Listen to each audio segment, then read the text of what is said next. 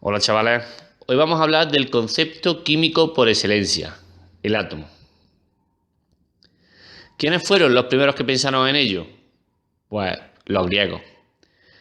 Por un lado estaba Demócrito, que nos decía que la materia podía dividirse, pero no hasta el infinito, sino que llegaría un momento en el que habría una porción indivisible. A esta porción pequeñita la llamó átomo. Por otro lado estaba Aristóteles. Él sí pensaba que la materia podía dividirse hasta el infinito. Y también nos dijo que la materia estaba compuesta por cantidades variables de tierra, aire, agua y fuego.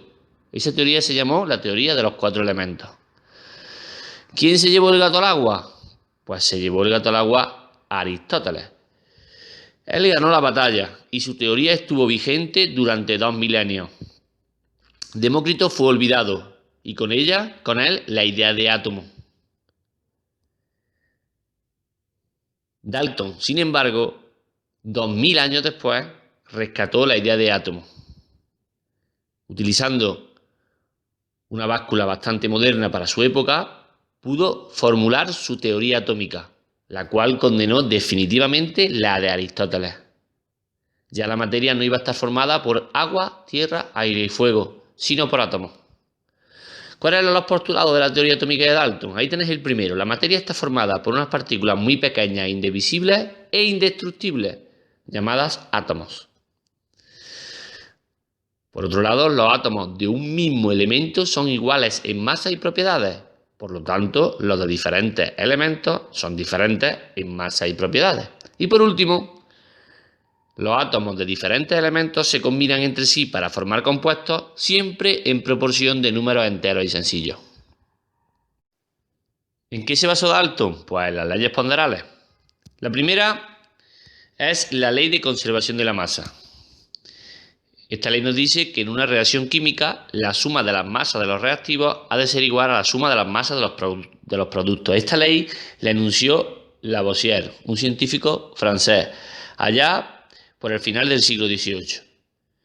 También puede enunciarse como diciendo que la materia ni se crea ni se destruye, sino que se transforma. Lavoisier utilizó también unas básculas muy avanzadas para su época y trabajó con reacciones de gases. La diferencia con sus anteriores compañeros, los anteriores científicos, era que cerró el medio de reacción para que no se escaparan los gases y así pudo demostrar su ley de conservación de la masa. La segunda ley ponderal es la ley de las proporciones constantes. Ella nos dice que un compuesto contiene siempre los mismos elementos en la misma proporción de masa. Ahí tenéis, por ejemplo, que el sulfuro de plomo tiene un átomo de azufre y un átomo de plomo. Por lo tanto, si tuviéramos 4 átomos de azufre y 4 de plomo, tendríamos 4 moléculas de sulfuro de plomo. Si lo que tenemos son 4 y 6, pues veréis que sobrarían 2 átomos de azufre. Esos átomos no se podrían unir a nada. Si por el contrario lo que sobra es plomo, pues tendríamos estas moléculas de sulfuro de plomo y sobraría plomo. También puede explicarse en porcentajes. Como veis, el sulfuro de hierro siempre tiene un 36,4% de azufre y un 63,6% de hierro. Saquemos donde saquemos ese sulfuro de hierro, esas van a ser las proporciones. Y en el caso del agua, pues 8 novenos serían de oxígeno y un noveno de hidrógeno. La tercera ley es la ley de las proporciones múltiples, que nos dice que las masas del primer elemento que se combinan con una masa fija del segundo están en una relación de números enteros. Ahí tenéis un ejemplo. Si tenemos 2 átomos de hidrógeno y 1 de oxígeno, se formaría agua. Pero si tenemos 2 de hidrógeno y 2 de oxígeno, ya no se formaría agua, se formaría otro compuesto. En este caso, el peróxido de hidrógeno, un compuesto con diferentes propiedades del agua. Si tenemos un átomo de carbono y 1 de oxígeno, formaríamos monóxido de carbono. Sin embargo, si tenemos 1 de carbono y 2 de oxígeno, formaríamos dióxido de carbono. El monóxido y el dióxido de carbono son compuestos diferentes.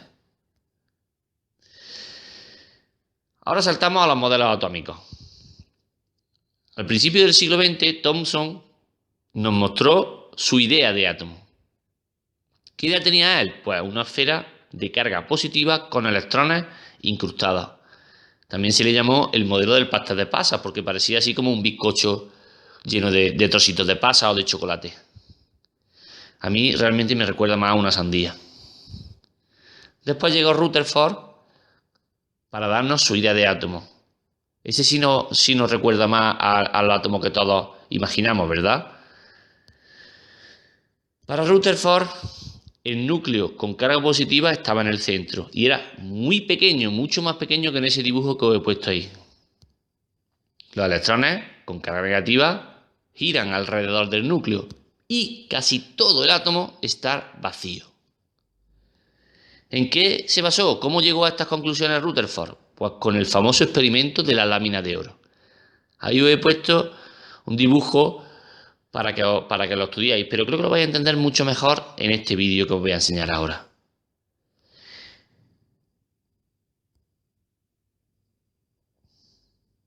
¿En qué consistía el experimento de la lámina de oro? Bien, ahí tenéis el aparataje que utilizó. Ahí tenéis una caja donde dentro hay un material radioactivo. Y ahí tenéis una lámina de oro muy chiquita, muy finita. También tenemos una pantalla de detección y una ranura.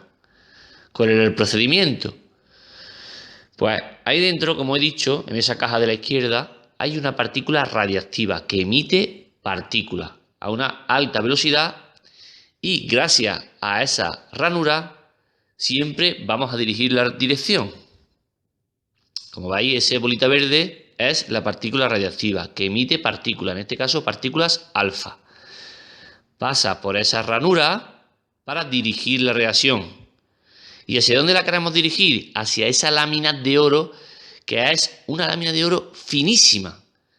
La inmensa mayoría de las partículas que llegan a la lámina de oro atraviesan sin desviarse. Pero de vez en cuando hay alguna que se desvía mucho y otras, como veis, incluso rebotan. Esto era algo que Rutherford no imaginó que pasaría. Él pensó que todas las partículas iban a pasar casi sin tocar el oro, sin desviarse realmente. ¿Qué es lo que pasó? Pues cuando las partículas pasaban lejos del núcleo, que es muy chiquito, pues no se desviaban. Sin embargo, si esas partículas se acercaban al núcleo, se desviaban o incluso rebotaban, como esas que estáis viendo ahí. Esto fue algo inesperado para Rutherford, que le hizo pensar. Hay una frase muy famosa de Rutherford cuando le comunicaron sus becarios de los resultados del experimento. Él dijo que las partículas golpeen el oro y vuelvan hacia atrás es tan extraño como disparar con un revólver a un papel y que la bala salga rebotada. Esto es lo que Rutherford pensó cuando vio que algunas partículas iban hacia atrás. Algunas curiosidades del átomo de Rutherford son las siguientes. Si el átomo fuera tan grande como el Estadio Santiago Bernabéu, el núcleo sería un grano de sal colocado en el centro del campo. El resto estaría vacío. Por otro lado, si pudiéramos juntar todos los núcleos de los átomos contenidos en todas las personas del planeta, cabrían en una manzana. Eso sí, una manzana que pesaría como la suma de todas las personas. Fijaos lo chiquito que es el núcleo. Dentro de que ya sabemos que los átomos son muy chicos, pues el núcleo es chiquitísimo dentro de ese átomo. Después llegó otro científico, pocos años después que Rutherford, que fue Bohr. Él dio un pasito más. En el núcleo nos explicó que estaban los protones con carga positiva y los neutrones que no tenían carga.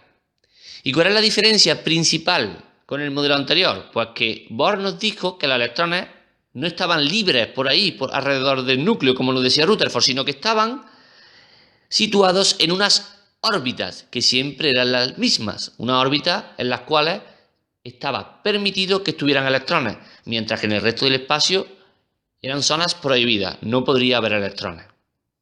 Y por último, tenemos el modelo mecánico cuántico, que es el que nosotros vamos a utilizar más. ¿Cuál es la diferencia entre este y el anterior? El núcleo no cambia demasiado, protones positivos y neutrones sin carga. Es la corteza la que cambia, porque hemos pasado de las órbitas de Bohr a las nubes electrónicas, o sea, unos volúmenes, unas zonas donde están los electrones. No líneas, sino zonas, nubes. Y esas nubes se llaman orbitales. Muy bien, pues aquí terminamos. Dejo por ahí algunos vídeos del mismo tema y también un enlace para que os suscribáis al canal si queréis. Un saludo.